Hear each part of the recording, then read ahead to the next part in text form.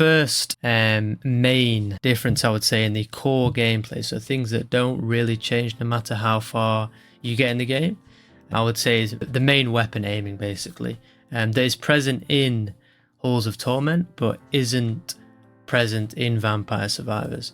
So if you've ever played Vampire Survivors, which I'm sure you have if you're on this video, it's a very automated game, right? So you don't do a lot of aiming, you don't do any aiming with the mouse unless it's to click certain abilities or to select coins or health from the chests, for example. So there's not a lot of engagement in terms of actually pressing keys or moving the mouse, or if you're on controller, then pressing the corresponding buttons. So in just this first aspect, I would say Halls of Torment is better because you just are a bit more engaged the whole time you're playing it, because you actually have to aim, right? So that being said, there is a way to turn auto aim on, so you can turn it into a more of a Vampire Survivors game. I mean, they are already very similar games, just on the foundation of them. But it helps a lot in Halls of Torment case, just because it does engage you better than just moving around with WASD. So the second thing be the aesthetic. So the aesthetic in both are quite different. So if you've ever played Vampire Survivors, again, you'll know that it takes quite heavy inspiration from games like Castlevania, and you'll notice that in the power-ups or the abilities and the character designs and the way the menu is, and it has vampires in the title, so it's very heavily in that style, similar to Terraria as well, which again took in a lot of inspiration from Castlevania as well. But in Halls of Torment's case, it's a lot more akin to Diablo 2, for example, which is a lot darker and medieval, a bit more grounded than fantastical. I would say there's fantastical elements in both, definitely, but I do prefer the aesthetic in Halls of Torment because of that more medieval look. And yeah, so the another core thing that is quite drastically different would be the camp/hub area. So quite hesitant to say it's hub area because it's not much of a hub area per se. If you think to AAA hub areas in Borderlands or Red Dead, for example, it's less like that, because there's just a lot less going on with it being an early access game and a game that's come out so recently. So it's more of a camp, which is actually what they call it in the game.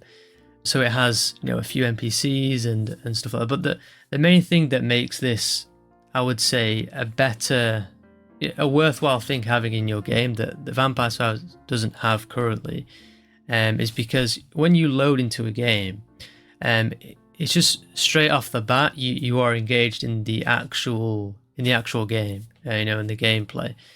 So for example, when you load into Halls of Torment, you are given a character select screen. So you immediately you are playing the game, and you can pick that character and move around to the different the armor and stuff. We'll get to that in a little bit, but I think that was a very smart choice on the developers, to make that implementation, because whereas in Vampire Survivors case, it's very menu based, and that is just fundamentally less engaging. But there are positives and negatives to this, which I will get to later on in the negative part, in terms of features that are missing or present in Vampire Survivors. So would be the armor system. So the armor system, I think, it's nothing new, it's nothing unique, it's nothing crazy. But I think in this specific genre of games, it is quite rare to be able to customize armor, and I've never seen it in one of these type of games before. So I think it's just such a fresh thing to be able to have the option to customize characters in specific ways if you're going for certain builds. And that just gave a lot more longevity to the game for me, and a lot more replayability if I want to build a specific build for it. So for example, if I wanted to make a electric oriented build with the sorceress, I could do that with the gear that I've collected from runs. So yeah, it's just a great system that I would like to see in Vampire Survivors. I'm not saying that it needs it, but I just think it's just very good to have. So one of the key things that you actually discover quite early on would be the well system. So with the well system, I would say it's a very again, another niche idea implemented in a place that's not, this system doesn't really get implemented a lot, and that's kind of a extraction based system. So you'll see this system quite a lot in extraction shooters, for example, so Escape from Tarkov and stuff like that, where you only get a certain amount of items or a single item from a run, basically, or a survival run on Escape from Tarkov, for example. You'll get everything that you extract with, and you'll be able to keep that.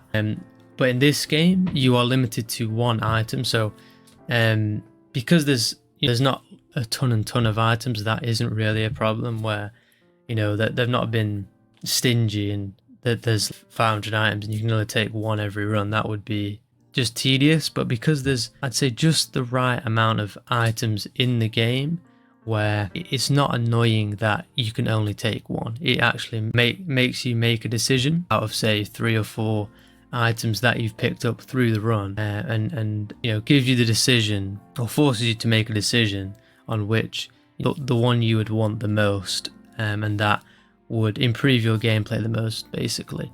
So if you have a build in mind, or maybe you thought of a build because of the armor, it creates a really good feeling of just having another build in mind for your next run, or having a goal to work towards, which I think is just a good thing to have in any game, really, but especially works in these types of games, in the run type of format. And another thing I would say that the well system incorporates into the gameplay, which I think is very good as well, is the kind of risk that it brings to each run. So because you may be using one of the items that you found during the run, you may want to use it up until the final moments of the boss fight, or until you've killed the boss, and then you only then will you want to extract that item, because you won't be with that item in that run anymore.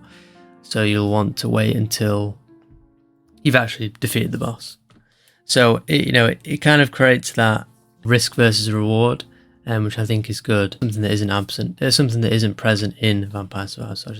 But there is a negative to the well system, which I will get to in the next part of the video. So another really, well, I was about to say really interesting, but it's not too dissimilar from what's present in Vampire Survivors, but it's the cupbearer. So you unlock them pretty I'd say late. It doesn't take too long, but you unlock them in the 3rd stage, which is the final stage in the current version of the game. And they basically work as someone who lets you, re-roll or banish or skip.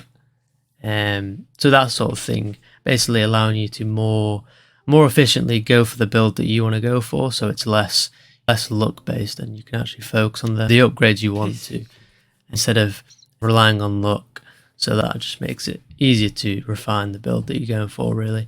And I think with the cupbearer specifically, in the way that Halls of Torment deals with these NPCs, and the way it deals with progression differently to Vampire Survivors, I think it's just genuinely a more steady progression. So I talked about the well system before, and how you extract items. So and that actually extends not just from armor pieces and charms and stuff like that. It actually extends to the cupbearer system, and how you actually increase your ability to, how many times you can reroll, how many times you can banish. So once you kill a boss or a mini boss, you'll actually get a grey box, which if you walk over, it'll just open like a crate does, or a chest does, and you can actually get one of the potions, or so then that just gives you another bit of choice really when it comes to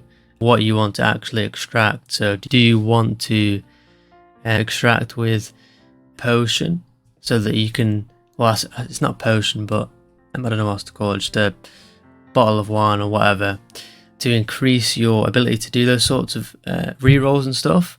Or do you want to, you know, extract with a helmet that may be useful for a specific build, or just a better helmet than you frequently use already? So I think it's just, you know, added choice and added customization, which is just a good thing, I think.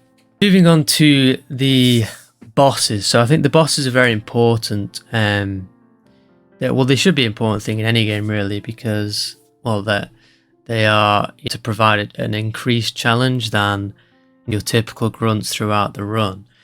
And the way Halls of Torment deals with the bosses is very different in a way. The way Vampire Survivors deals with how they design the bosses and how they create them. So in the Vampire Survivors world, I'm sure you've played it, but they kind of they're just damage sponges really, because they just walk around and they don't really do much. They don't, you know, fire lasers at you or anything like that. They're very, you know, basic in design. So, you know, they do damage to you. They have more increased damage. They do more damage to you than a grunt. They have more health than a grunt. But ultimately, they're just the same really. I can only think of one. There's actually one or two instances and scenarios where it's different. So you have I think it's a mantis on the grass stage, so the first stage, where you're actually surrounded by flowers, and that's not really his move. So that's just kind of the scenario you're put in, rather than the mantis actually doing any unique move. And it's not that difficult. You just walk outside of the flowers when it gets to a certain point. So it's not too difficult, and it's not that expansive in terms of what that boss does. And the only other instance where I can think in Vampire Survivors where that exists is the Reaper as well, in the library stage, where he'll basically just run at you, like / teleport to you very quickly, and then just start doing damage because he's on top of you. And that's kind of how the bosses work. When they're on top of you, they'll just do damage to you, take away the damage faster than a grunt will. So that's basically what those bosses are. But in Halls of Torment's case, they're way more interesting, way more engaging, because they have movesets. They actually have movesets similar to way Dark Souls were. Not as, you know, good or as expansive as a Soulsborne game.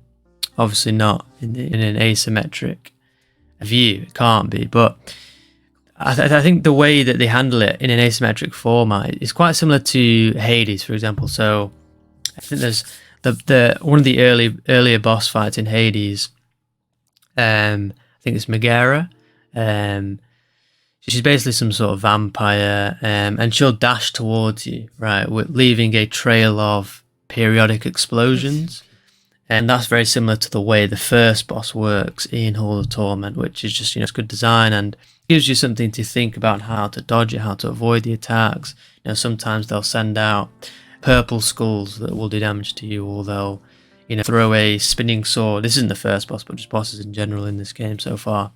And they'll throw a spinning sword which orbits around you, or like a lock-on missile that will just follow you in an attempt to hit you. So there's quite a lot of variation in the bosses actually, and in the Viaduct as well. There's I believe it's a ghoul riding a horse.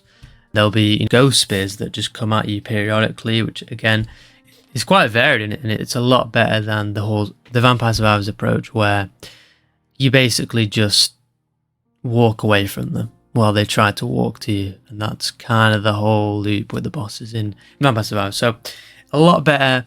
I really like the bosses in Halls of Torment. I just think they're great. So going on to the next part of this video, the next portion of this video. So features I would want in any future update, and then also maybe these are things that already exist in Vampire Survivors. So the first thing I would like to talk about is a compendium of sorts. So in Vampire Survivors, they already have bestiary, places where you've got a long list, like menu based, because it is menu based, right? They don't have a camp or anything like that. You can clearly see a lot of information about characters and stuff like that, and on different beasts and stuff like that. So that you've encountered. So that allows you to, before you go into a run, to get more information about certain things that you'll encounter in the game, or things that you'll use in the game. So that's a very useful thing. So that's actually absent in Halls of Torment currently, unfortunately. I think it is quite a big it may not seem like quite that important of a thing to have this sort of logbook of sorts, or compendium of sorts, or book that you can just look to.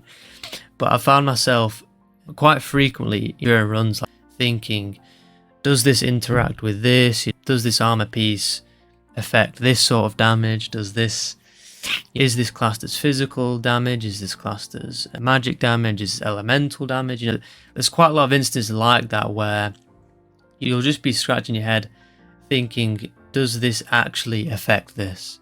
And I think that, well, I don't think there are definitely ways where you can find information out, base character stats, for example, like their movement speed or whatever, right? There is ways to do that, but you can only do it in-game. So you'll have to load up a game with that respective character and actually have the abilities. You've picked them, you're using them, and you're using the character for you to actually get that sort of information. Which I think is just poor design, because you would like to get that information before you go into a run to know what sort of gear to equip, or how to customize your build to play on its strengths or fix the character's weaknesses. So I think that's just quite a strange thing, that there's not a lot of information being able to access before you go into a run, so in the camp.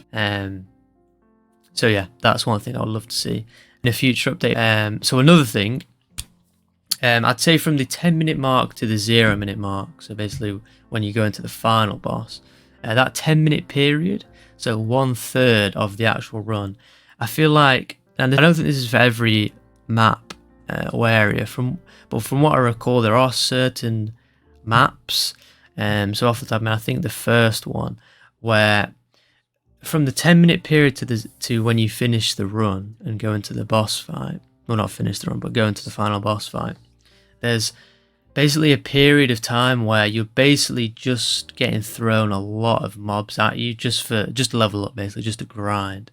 And I feel like that's not super, like, obviously that's the whole point of the game, to kill things and get XP and level up and get abilities and stuff like that. But I feel like if they need to kind of throw something in, maybe at the 5-minute mark, or a mini boss or an event, it doesn't have to be too crazy. It could even be a repeat boss with very little different. Maybe it's faster, walk speed wise, it's got more health. Maybe it's just been changed color palette wise. Just something to throw in that would be a little bit more engaging, because I feel like for those 10 minutes you are literally just shredding down enemies with your abilities, whereas the 20 minutes before that, the boss is being thrown at you and stuff like that, which just prolongs the engagement. So that's just something I would love to see.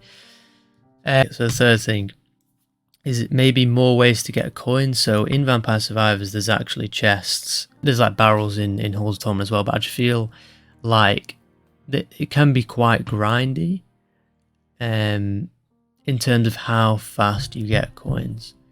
And there's a lot of things to upgrade, and you constantly get more things to upgrade and things to buy and stuff from the vendor.